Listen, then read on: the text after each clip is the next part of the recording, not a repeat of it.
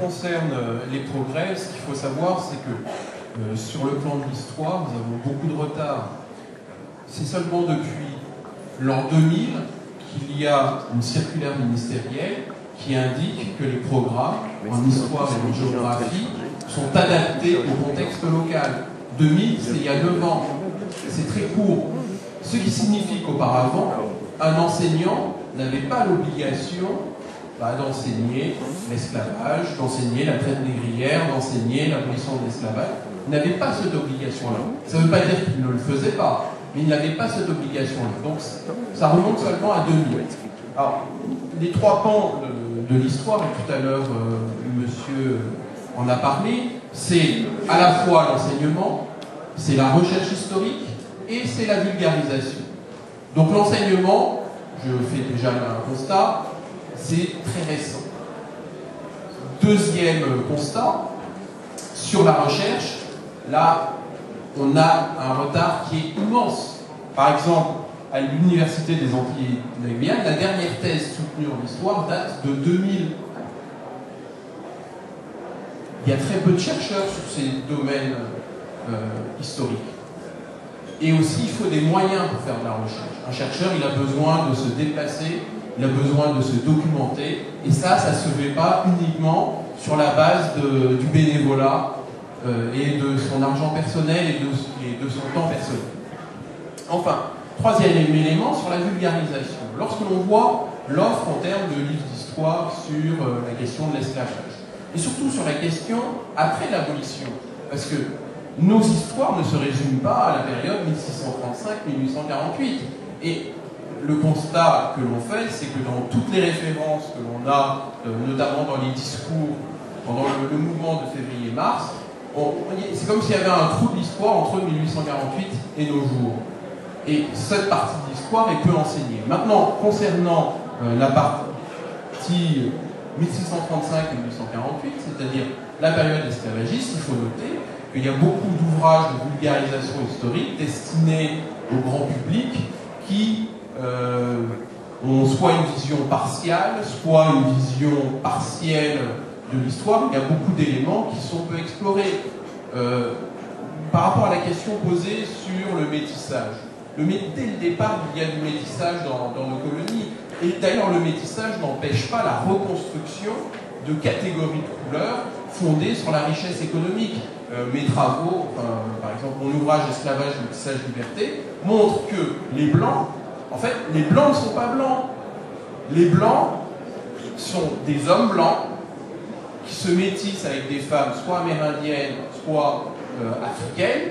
Au bout de deux ou trois générations d'immigration masculine blanche, eh bien les gens apparaissent comme étant complètement blancs. Et si on faisait la généalogie de grande famille Béquet, de manière objective, on aurait de sacrées surprises.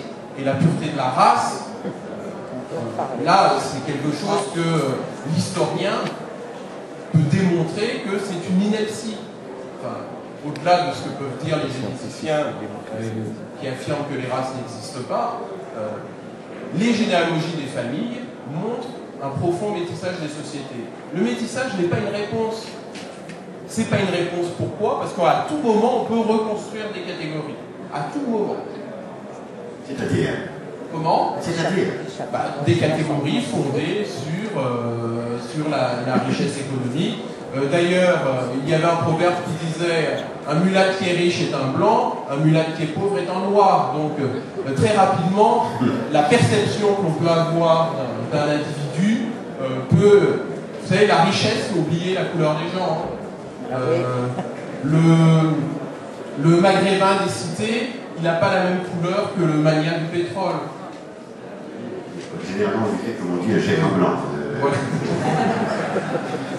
Donc, l'histoire est un instrument, ce n'est pas une science exacte, mais je crois qu'il n'y a aucune science exacte. À tout moment, des découvertes remettent en cause ce qui a été écrit dans le passé, mais il y a une nécessité de faire une recherche approfondie, objective, de vulgariser les résultats de cette recherche. Moi, j'ai été très surpris pendant le mouvement de l'LKP. en tant qu'historien, de voir la manière dont l'histoire a été instrumentalisée durant tout ce mouvement. Justement, on vous dit proche. Et pourquoi elle est instrumentalisée? Elle est Oui? On vous dit proche. Non, je ne suis pas proche, je suis membre. Ah, c'est le plus intéressant. On a quand même mis le LKP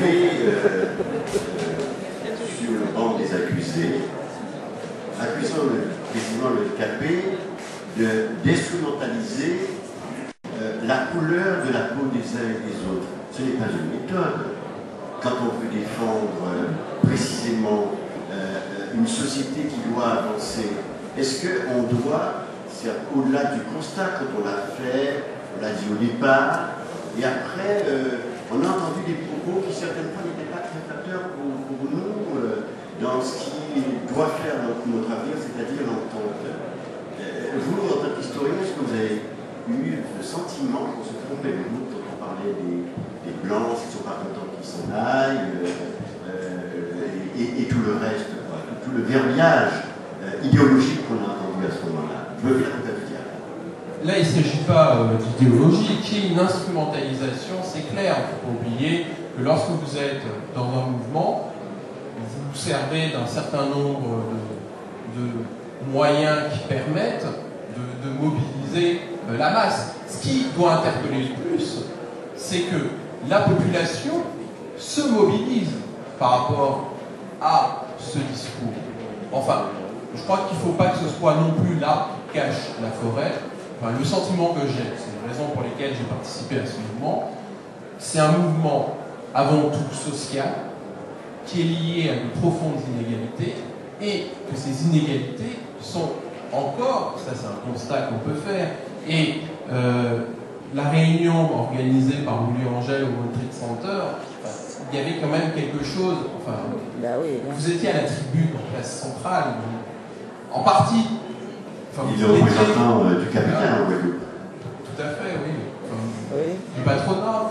Et, cette réunion était quand même révélatrice de l'état de la société. Lorsqu'on mettait en vis-à-vis la photo des participants de cette réunion et la photo des manifestants, enfin, on avait quand même un décalage sur le plan de la couleur très fort. Alors maintenant, sur le plan de la couleur, on peut pousser l'analyse un peu plus loin. Lorsqu'on prend la photo, notamment des responsables du LKP, il y a aussi, on voit une palette assez importante. Une palette assez importante, et on voit finalement une photo en intermédiaire entre les deux.